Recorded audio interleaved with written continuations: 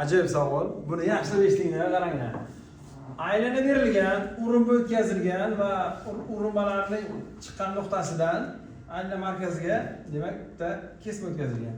Va mana bu yerda aylana urinuvchi yana bitta kesma tashlangan.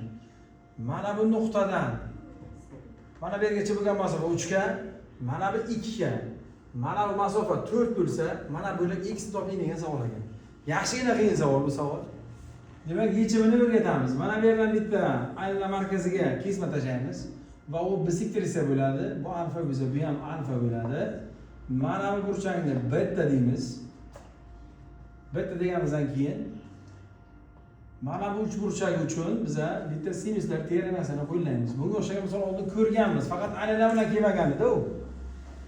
Sinuslar teoremasini qilganimizda 4 ni sinus betaga nisbati 4 ni uning qarshidagi burchak sinusga nisbati teng mana bu 2k ni sinus alfaga nisbati. 2k ni sinus alfaga nisbati.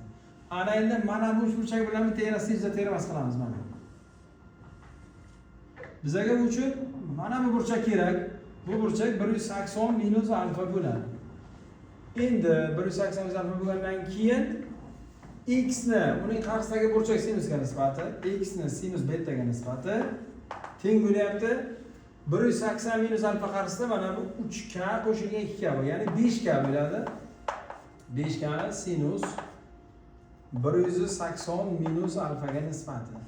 Va shuni bir-biriga bo'lib olsak, biza sinus betalar qisqarib ketadi. 4 taqsim x bo'ladi, teng bo'ladi.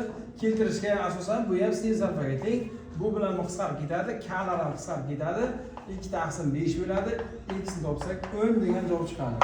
Kim bundan oson usulni bilsa, kommentlar qoldiring va buni boshqalarga ulashing.